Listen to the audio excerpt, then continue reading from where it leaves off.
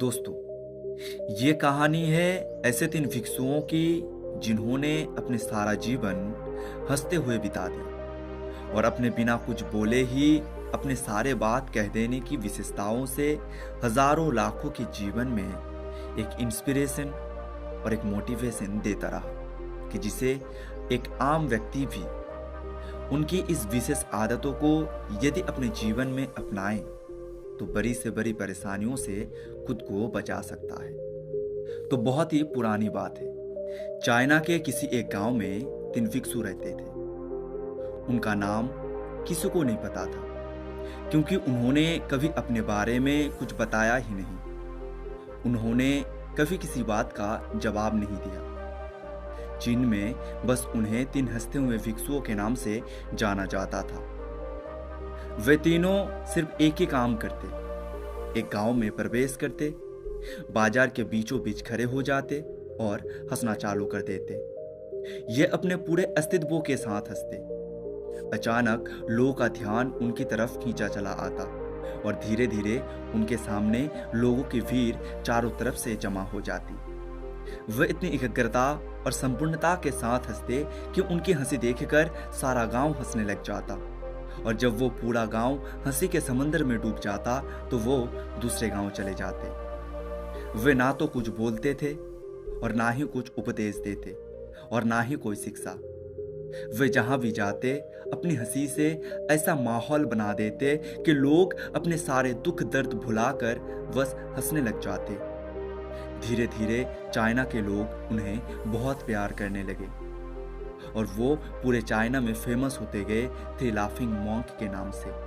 चीन के लोग उन्हें बहुत प्यार करते, उनका सम्मान करते। इससे पहले और उनके बाद कभी किसी ने इस तरह से प्रचार नहीं किया कि जीवन केवल एक हंसी होनी चाहिए और कुछ नहीं। वे विशेष रूप से किसी पर नहीं हंसते थे।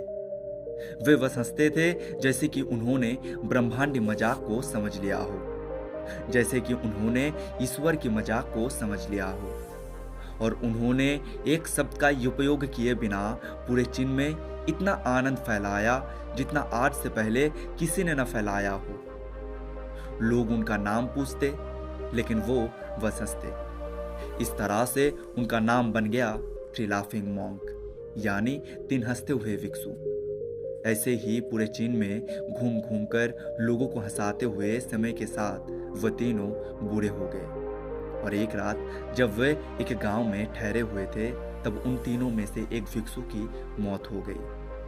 पूरा गांव स्तब्ध रह गया।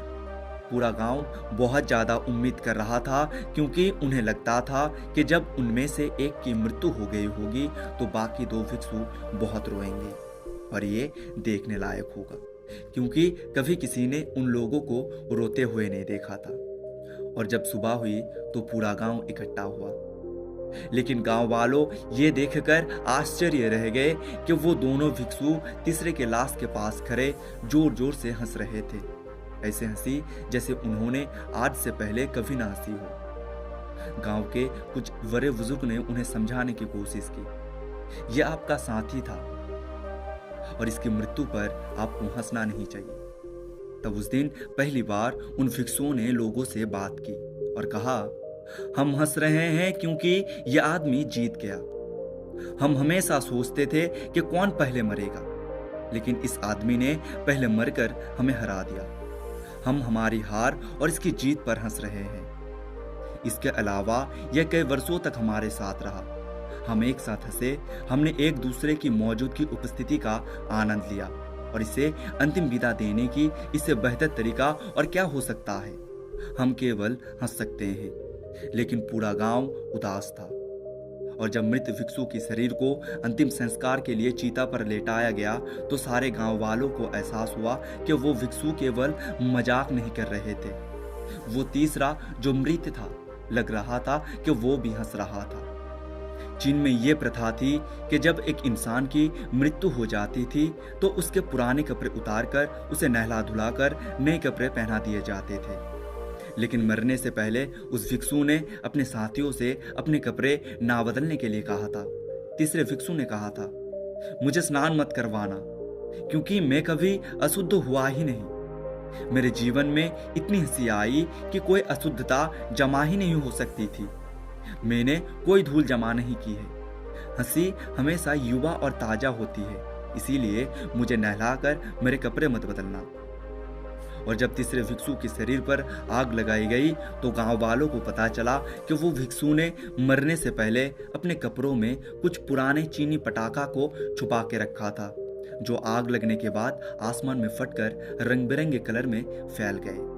और ये देखकर एक बार पूरा गांव फिर से जोर जोर से हंसने लगा। तो इस तरह से वो तीसरा भिक्षु मरने से पहले भी गांव वालों को हंसा गया। और ये देखकर शेष दोनों भिक्षुओं ने कहा, चालाक आदमी, तुम मर चुके हो, लेकिन तुमने हमें एक बार फिर से हरा दिया। तुम्हारे द्वारा गांव वालों में पैदा की गई यह हंसी आखिरी हंसी थी। तो दोस्तों, इस कहानी से हमें यह प्रेरणा लेनी चाहिए कि जीवन एक हंसी होनी चाहिए। अगर जीवन में से खुशी निकाल दो तो इस जीवन का कोई मूल्य नहीं। आशा करता हूं यह कहानी आपको अच्छी लगी होगी। मिलते हैं नेक्स्ट वीडियो में।